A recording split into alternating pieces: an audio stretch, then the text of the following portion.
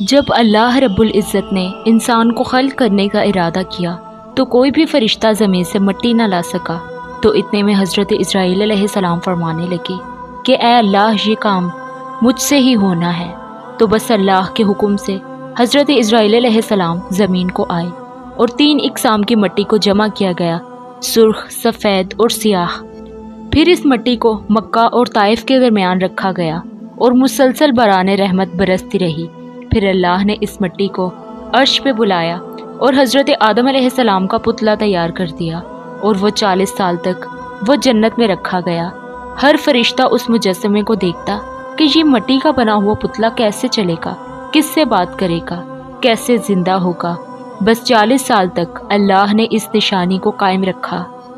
اور پھر ایک دن جنت کے تمام فرشتوں کو حکم دیا کہ آج میں اس میں روح کو ڈالوں گا، اور پھر جب ایسا ہو تو تمام فرشتے اس آدم کو سجدہ کرنا۔ بس سب فرشتے حیرت سے اس پتلے کو دیکھ ہی رہے تھے کہ اللہ نے اس مٹی کے مجسمے میں روح ڈالی۔ تو آدم علیہ السلام نے چھینک دی اور تمام فرشتے سجدے میں گر کر اللہ کی تعریف کرنے لگے، سوائے ابلیس کے۔ وہ تکبر حسد کر بیٹھا، اللہ نے اسے اپنی دربار سے نکال دیا۔ پھر اللہ نے حضرت آدم سے بی بی حوا کو پیدا کیا اور ان کی جنت میں کی گئی غلطی کے سبب ان کو زمین پر بھیج دیا،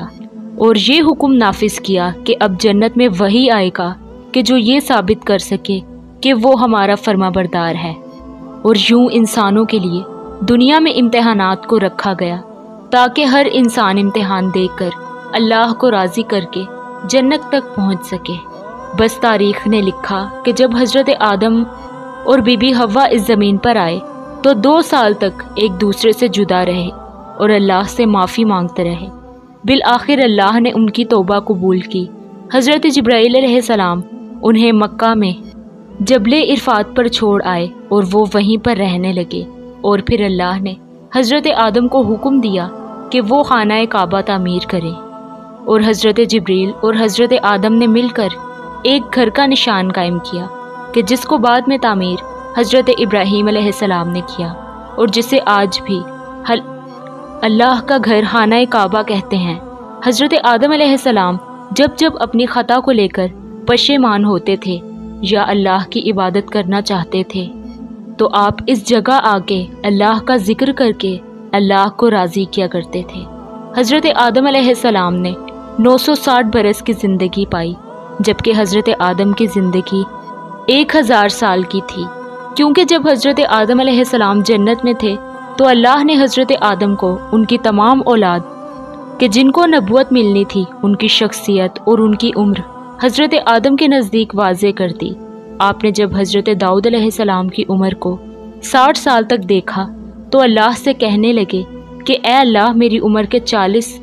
سال میرے پوتے داؤد کو دے دے، تو یوں آپ کی دعا قبول ہو گئی۔ اللہ نے آدم کو 2 فرزند عطا کیے، حابیل اور قابیل، لیکن شیطان کے وسوسے، حسد اور نفرت نے جب قابیل کے ہاتھوں سے حابیل کو قتل کروا دیا تو حضرت آدم علیہ السلام اندر سے ٹوٹ گئے اور بار بار اللہ کی دربار میں دعا مانگنے لگے۔ تو ایک دن اللہ نے جبرائیل امین کو آدم علیہ السلام کے پاس بھیج دیا اور فرمایا کہ اے آدم، اللہ عنقریب تمہیں ایسا بیٹا دینے والا ہے کہ جس کے نسب سے انبیاء، اولیاء زمین تک، اور یوں اللہ رب العزت نے حضرت آدم علیہ السلام کی نسل کو زمین پر پھیلا دیا۔ جب حضرت آدم کا آخری وقت آیا، آپ نے اپنے بیٹوں سے کہا کہ میرا جنت کے پھل کھانے کا دل کر رہا ہے۔ بس آپ کے بیٹے زمین پر جنت کے پھل ڈھونڈتے رہے کہ اچانک سے ان کو فرشتے ملے اور کہنے لگے کہ اے نبی آدم کے بیٹے، کہاں جا رہے ہو؟ انہوں نے کہا کہ ہم اپنے بابا کے لیے جنت کے پھل ڈھونڈ رہے ہیں۔ ان فرشتوں نے کہا کہ جاؤ، تمہارے بابا چند دنوں کے مہمان ہیں۔ بس آپ کے تمام فرزند دوڑتے دوڑتے آپ تک آ پہنچے تو آپ بستر بیماری پر اللہ کا ذکر کر رہے تھے۔ بس اتنے میں موت کا فرشتہ آ پہنچا۔ جیسے ہی بی بی حوا نے موت کے فرشتے کو دیکھا تو حضرت آدم سے لپٹ گئیں کہ میں اپنے شوہر کو اپنے سے جدا نہیں کروں گی۔ اللہ کے نبی حضرت آدم علیہ السلام نے فرمایا کہ اے حوا، مجھ سے دور ہٹ، ایک مرتبہ پہلے بھی تیری ہی وجہ سے جنت سے نکالا گیا ہوں۔ آج اللہ اور اس کے فرشتے کے درمیان تو حائل نہ بن۔ پھر آپ نے فرشتوں سے مخاطب ہو کر کہنے لگے کہ اے فرشتہ موت، کیا بھول تو نہیں گئے کہ میں نے اللہ سے سنا تھا کہ میری عمر 1000 سال کی ہے اور ابھی تو مجھے 960 سال ہوئے ہیں۔ تو ملک الموت نے کہا کہ اے اللہ کے نبی آدم، آپ نے خود ہی فرمایا تھا کہ آپ کی زندگی کے 40 سال آپ کے پوتے داؤد علیہ السلام کو دے دیے جائیں۔ بس آدم علیہ السلام کی روح قبض کی گئی اور آپ کو غسل فرشتوں نے دیا اور جنت کی خوشبو آپ کے جسم مبارک کو لگائی گئی۔ پھر آپ کی جنازے نماز فرشتوں نے حضرت جبریل علیہ السلام کے پیچھے ادا کی اور زمین کھود کر آپ کی تدفین کی، اور تمام انسانوں کے نزدیک اللہ کا یہ حکم نافذ کیا گیا کہ جب بھی کسی کا انتقال ہو تو ان کے جسم کو ایسے ہی تدفین کرنا۔ آج بھی ان فرشتوں کی سنت پہ اہل ایمان عمل کر کے اپنے بزرگوں کی تدفین کرتے ہیں۔ آپ کی قبر مبارک کی جگہ کو لے کر اختلافات پائے جاتے ہیں۔ کچھ مورخین کے نزدیک آپ کی جائے تدفین سری لنکا میں، تو کچھ کے نزدیک جبل ابی قبیس، تو کچھ کے نزدیک عراق، اور کچھ کے نزدیک مسجد حریف کے صحن یا اندر، اور بعض روایتوں میں یہ بھی ہے کہ جب حضرت آدم علیہ السلام کا روح قبض کرنے کے لیے فرشتہ موت آ پہنچا تو آپ نے اپنے بیٹے، جس کو آپ نے اپنا جانشین بنا لیا تھا، حضرت شیس علیہ السلام، آپ ان سے کہنے لگے کہ اے میرے جانشین، میں نے اللہ سے سنا تھا کہ عنقریب اس زمین پر ایک بہت بڑا طوفان آئے گا، تو میرے جسم کو اس کشتی نوح میں سوار کرنا جو کہ نجات کا وسیلہ ہے، اور اگر تم اس وقت تک نہ پہنچو تو اپنے اولاد سے وصیت کرنا کہ میرے جسم کو کشتی نوح میں سوار کریں۔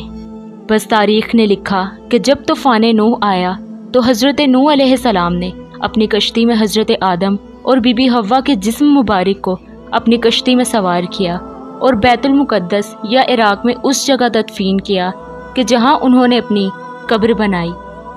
اور بیچ میں ایک قبر کھود کے اپنی تحریر چھوڑ دی۔ اور جب امام علی علیہ السلام نے شہادت پائی تو انہوں نے وصیت کی کہ میرے جنازے کو اونٹ پہ رکھ کے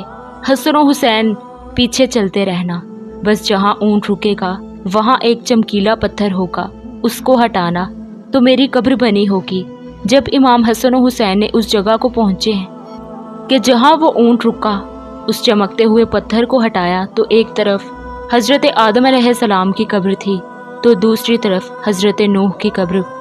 اور بیچ میں ایک قبر کھدی ہوئی تھی اور اس میں تحریر تھا کہ یہ قبر نوح علیہ السلام نے اپنے ہاتھوں سے وقت کے امام اور اللہ کے وصی علی ابن ابی طالب علیہ السلام کے لیے بنائی ہے۔